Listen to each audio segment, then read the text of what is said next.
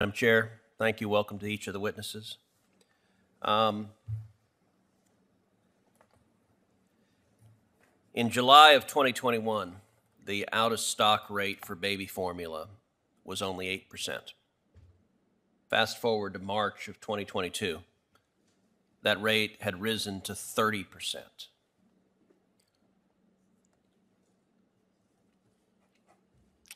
Question to the witnesses.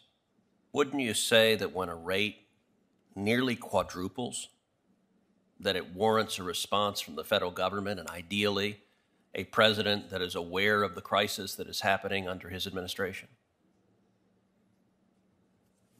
Mr. Lincecum? I would expect a response, Senator. I think that I will give the president a bit of credit in that I do appreciate that he is trying to get formula in the country from abroad. It is a tacit recognition that imports can play and should play an important role in this market, and what happens when you have a market that's effectively walled off from import competition. Unfortunately, however, that is a Band-Aid on a flesh wound. The market has been so distorted by all of the government policies that I mentioned in my opening statement that there's just so much that a couple airlifts and photo ops can really do at this point. It is something that has been years in the making. Mr. Lynn, your thoughts? Thank you, Senator. Yes, I agree that the President of the United States has begun to address this issue. I think that he has taken important steps to deal with the closure of the plant and also to deal with the shortages themselves. Now, I think but of course, the rise from 8% to 30% in March of this year, President Biden has said he was unaware of it, that he first became aware of this in April of this year, after we were facing major shortages across the country.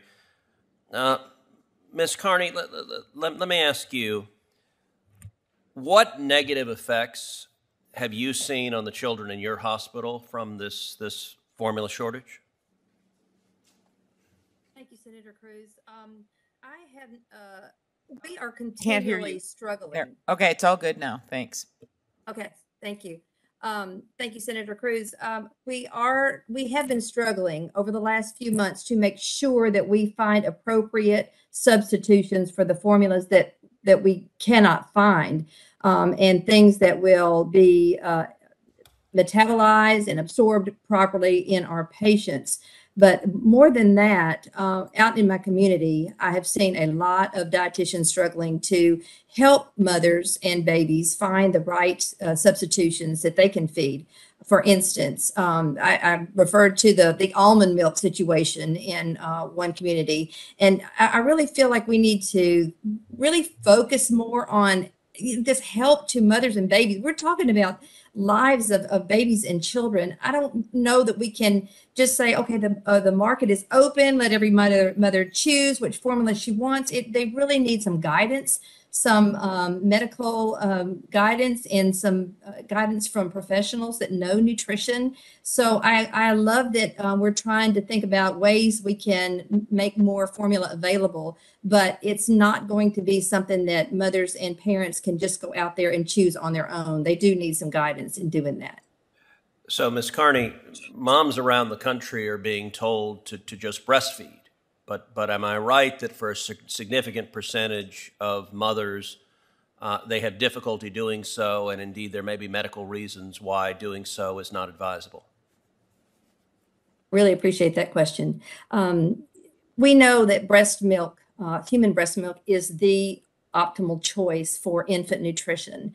And if we can promote that more and have mothers educated on how to breastfeed and get the support they need by reaching out to pediatric dietitians and dietitians that specialize in maternal nutrition and international board certified lactation consultants, these mothers can breastfeed. There's probably a very small percentage of mothers who cannot breastfeed.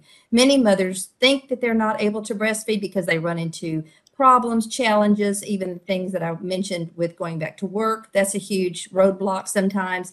But if we can address those and help mothers initiate and sustain breastfeeding, I think we will see a lot better health for our babies and children, and also more satisfied moms, and being able to achieve the goals that they set for themselves with breastfeeding. Thank you. Mr. Lincecum. On February 24th of this year, Russia invaded Ukraine. Now, I believe that war was entirely avoidable and could have been avoided had President Biden not waived sanctions on the Nord Stream 2 pipeline. And indeed, in January of this year, I forced a vote on the Senate floor to impose those sanctions. At the time, President Zelensky begged the United States Senate to stand with Ukraine, impose those sanctions, and said it was the only thing that would stop Putin from invading Ukraine. Unfortunately, 44 Senate Democrats voted with President Biden against sanctioning Russia, against sanctioning Putin, and that was, I believe, the immediate precipitating cause of the war in Ukraine. Now, you're not here testifying about that war. But the FDA said that the invasion caused, quote, additional uncertainty in the infant formula supply chain, as Ukraine is a major exporter of sunflower oil, an ingredient used in many infant formulas. In your judgment, should the administration have been aware of and on alert to the supply chain challenges and the threat of a formula shortage caused by the fact that one of the ingredients in formula was at a risk of shortage itself? Thank you, Senator. I can certainly speak to the first point. There have been signs starting last year and even in January that there were problems in the infant formula market. So I certainly think that the administration should have been aware of potential supply chain issues arising in the infant formula market and potentially exacerbated by the conflict. On the sunflower issue, though, I'm going to have to defer. I just don't know the extent to which that was a major issue prior to Russia's invasion. I would note, however, that, again, in normal markets, supply and demand can adjust relatively quickly. Unfortunately, in the U.S. infant formula market, we do not have normally functioning supply and demand due to these government distortions. And I haven't even gotten into the upstream input distortions that U.S. dairy policy, milk pricing programs, and other protectionism cause and compound the problems in the market. So certainly I think that the administration should have been aware of the overall issue, but the sunflower issue, I am not sure. Thank you.